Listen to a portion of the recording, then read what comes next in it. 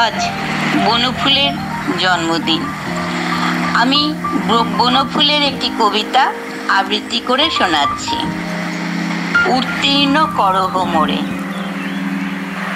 আমারে নির্ভয় করো এ মোর প্রার্থনা, অন্যায়ের পায়ে যেন নাহি করিনতি, মিথ্যা ভয়ে কভু যেন হয়ে সশঙ্কিত, অবহেলা নাহি করি কর্তব্যের প্রতি। অন্ধকারে আছে তারা, দুঃখে আছো তুমি, ক্ষণিকের মেঘে ঢাকা পড়ে না তপন। এ কথা ভুলিয়া যেন না হারাই দিশা, অহরহ দেখি যেন তোমারই স্বপন।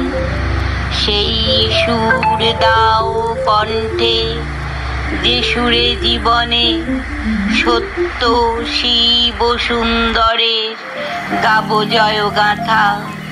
মহান আদর্শে মোরে করো উদ্বোধিত, প্রার্থনা জানাই আজি হে মোর বিধাতা।